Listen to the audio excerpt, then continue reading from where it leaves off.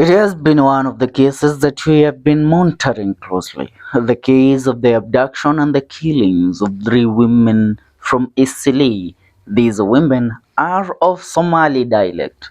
Now, the DCI has currently been doing their investigation trying to unfold what really led to the murder of the said three women who were a mother, her daughter, and also a niece. Now, investigations suggest that the women were killed after failing to meet ransom demands from their captors, who were reportedly people they knew. The victims, identified as Dahab or Dahoud Said, 38 years old, Amina Abdrashid Dahir, 22, and Nusaba Abd Mohammed, 13 years, were reported missing on October 21st. Their bodies discovered a day later in various locations across Nairobi and Machakos bore signs of severe assault, with one woman's head cut off. Now, the hands were discovered yesterday. Now, subsequent forensic analysis confirmed that it suffered multiple forms of violence, including torture and, in some cases, assault. Now, a survivor of the ordeal provided critical insight into the attacker's motives. She alleges that the kidnappers initially sought a ransom but became violent upon realizing the victims had identified them, fearing exposure. According to her testimony, she was held with the victims in a room and overheard the killer's plan to eliminate anyone who recognized them. Her family was able to pay the demanded sum of 1 million Kenyan shillings, which secured her release before the killings occurred. Police have detained a suspect linked to the murders apprehended while attempting to flee the country. Detectives are working with Lee's testimony and other evidence, including the recovery of a car believed to have been used to transport the victims' bodies. Now, CCTV footage and transmission details from a petrol station on the suspect's roads are under analysis. The incident have caused significant unrest in local communities, with authorities concerned about potential retaliatory violence. The investigation remains active uh, as detectives piece together the events leading to the tragic deaths of the three women. Now, this morning, the DCI, through their official social media pages, have informed the Republic and also revealed the face of the man that is the main suspect in the murder of the three women. Now, reading from the DCI recent post, where they have revealed the picture of the said man who went ahead to do the said murders, they have said appeal for information. Homicide detectives who are pursuing the gruesome murders of three family members, a mother, daughter, and a 12-year-old niece, have identified the prime suspect in the monstrous killings, Hashim Dagane Mohammed, whose photo appears on this post. Investigations conducted so far have established that Hashim Dagani, 24 years, was driving the Nissan Note registration number KDQ 718Y car captured on CCTV cameras picking the victims from their Eastleigh home on October 21st, 2024. Hours before their bodies were discovered scattered at various locations.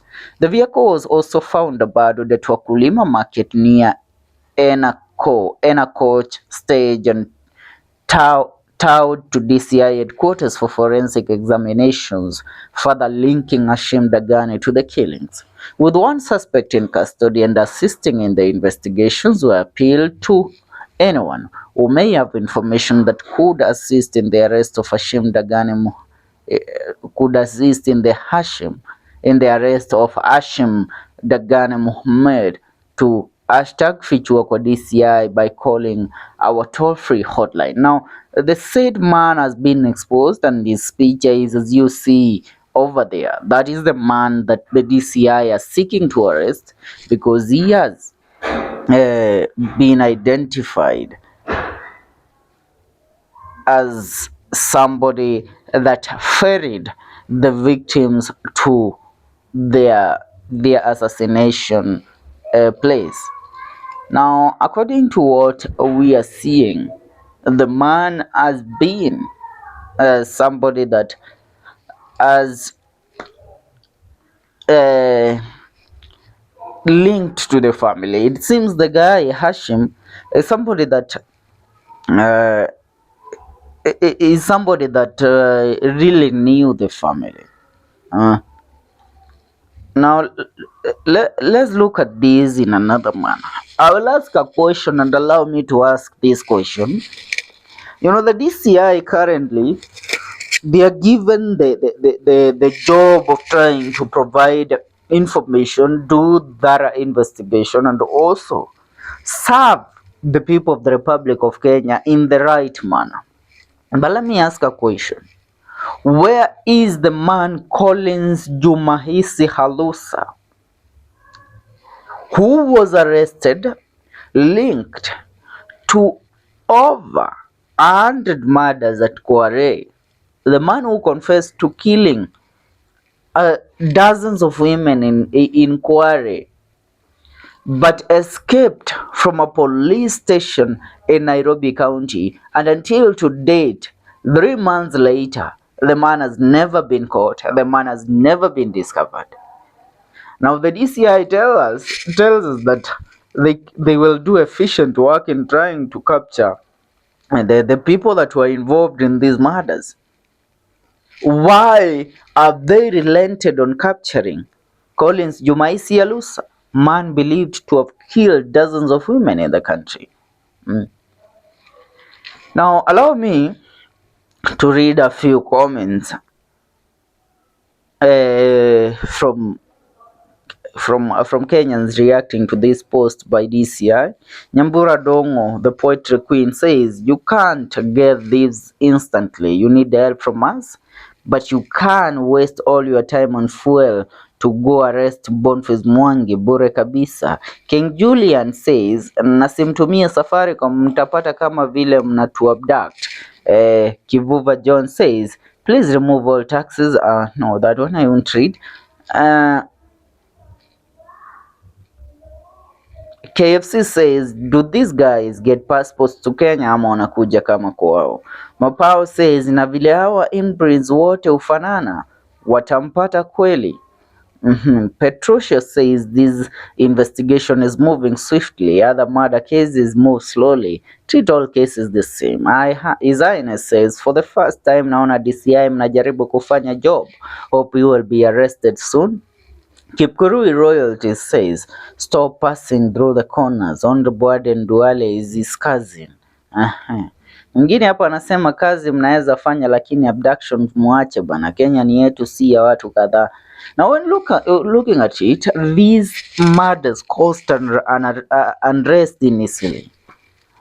You know, the Somali community living in Eastleigh even started chanting their Somali national anthem after the murder of this guy.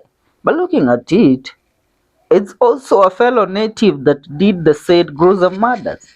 So, all we can say is that we want justice to be served, and to be served very quickly, because you know what? The DCI have been stalling on cases that needs urgency, like this one. So one thing we shall request is not that they play the card that we are working, we are trying to arrest the man, but then after a few days this story dies and we forget about the hood and the daughter and the niece. No, we can't always be heading in that way. They arrested Collins Jumaisi Alus and then they let him go. You are telling us now that they will serve us in our own interest. Just pray for Kenya, nothing else that we can do that will save this country. For now, make sure you subscribe to our YouTube channel, Celeb Corner KE, for more news and more.